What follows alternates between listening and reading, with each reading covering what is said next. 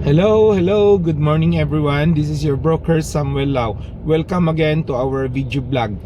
Today, ang atuang topic is all about 5 essential tips before buying pre-selling house and lot from a developer. Again, mga special tips ni siya before ka mo palit og mga house and lot package sa real estate developer, especially mga pre-selling. Okay? So importante ni siya nga tips maka-guide ta ni sa inyo ha. Kay very important ni no nga mag-guided mo before mo decide unsay mga paliton ninyo mga house and lot package sa developer, unsay mga angay-angay ninyong bantayan. Okay? Tips number 1.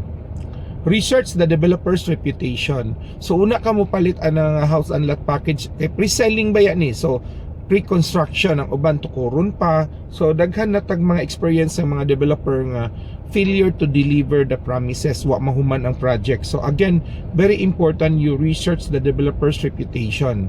Naana ba ni siya yung mga track record, history? Ikapila naman yun yung project diri, example sa Bohol. Kung sa Bohol ni siya, taga Bohol ba ni siya? Unsay mga original previous project niya diri sa Bohol? Na-deliver ba niya on time? Wa ba ma-delay? Kung taga Cebu ni siya, i-validate ninyo sa mga developer, contractor, kailan ninyo sa Cebu, unsay track record ani nga developer, daghan na ba ni siya nahuman, wa ba ni siya kaso sa HLURB, mga unfinished project, no? So again, research the developer's reputation. Number 2, understand the payment terms and schedule. So sabto na to as a buyer, sabto na to ng permahan nato nga payment terms and computation. Mga gitawag na mong sample computation sheets nga naa dito black and white. Ingno nato nga this is the total contract price, this is the unit price, this is the miscellaneous and other payables, this is the total contract price.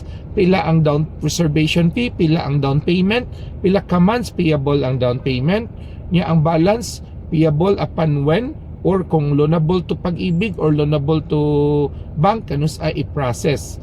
Unya, default clause, magbantay ta kung naa siya default clause. Pilay penalty kung ma-delay ka monthly, daily, per month. Pila ka months o na ma-default o ma-forfeited tanan. Ma-forfeit ba tanan imong bayad o naabay ma-recover. So again, particular, bantayan nato ang ato ang payment terms.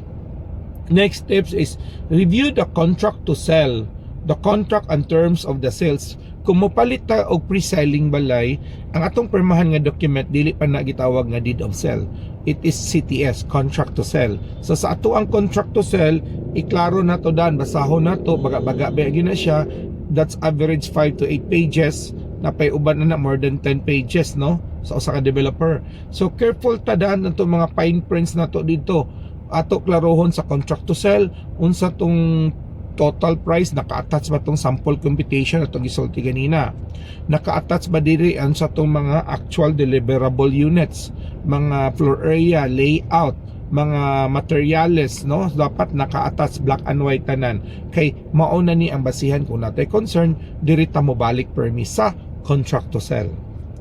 Okay, next tips is visit the site and inspect the surroundings. So before ta mo decide mo palit, of course, number 1, very important, you do physical inspections on the location.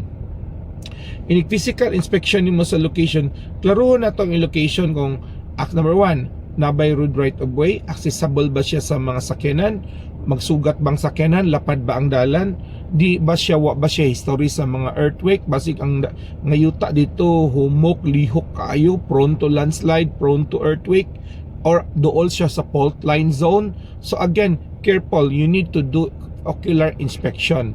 Di lang ang inspection sa site imong tan-awon, apilon po nimo ang neighborhood, community, ang barangay. Di ba siya flooded area? Ang peace and order, di ba daghang gubot, samok dito?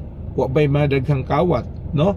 Accessible ba siya sa public transport or motorcycle, habal-habal, whatever? Ang right of way, perpetual road right of way ba siya, uban pa, no? So validate that everything. So do actual visit. Okay, kung naa siya yung mga showroom, tanawa ilang showroom, kakadaghanan sa showroom baya gi-dress up. Pangutan na nabasad sila yung showroom nga unsay actual deliverable para mapicturean ninyo to, para nagyud kay hold unsa yung before and after, unsa tong i-deliver kay sa garan showroom nga pakita dress up na skilled up na siya, no? So klarohon na to. Next is Next tips is kung mupalit ka pre-selling, consider future appreciation potential. Meaning, sa mupalit ka pre-selling property, tanawon yun na itong location. Is the location good? Nabatay potential dito sa economic growth para nabay potential for the capital value appreciation. Meaning, ipalit ni mo pre-selling house unla 3 million, nabay potential mo grow siya 20 to 30% for the next 2 to 3 years or 50% for the next 5 years. So, you need to consider. So, what are those factors nga mo consider sa real estate growth? Na ako yung mga vlog, i-visit lang atong video, no? One for that is ang economic growth sa LGU, no? So, like for example, Balamban area, mupalit ka dito for investment, knowing it nga mag-relocate ang operations sa tuang Cebu province dito, tendency ang economic growth dito will grow up, no? Example na abay mga infrastructure development that can help bring in the economic growth, like Cordoba housing before, barato, pag human sa third bridge ni kalit shoot up double ang mga price, no? These are just few factors. And the peace and order, kumusta pod, no, kung properly, and the political arena or in the town, kung maayo pagdagan, dili gubot ang politika, makatabang sa na pagpasaka ug uban pa, no? So again, these are few tips for our buyers or investors nga wanted to buy pre-selling property with the developers. So I do this video blog para mag-guided mo mga tips unsay angay ninyong buhaton. If you like so your friends to know this, please may request nga i-share sa sa ilaha para na sila makatunan. Then do promote my YouTube by subscribing it also. Again, thank you. Good morning everyone. This is your broker Samuel Lau, and good more earnings.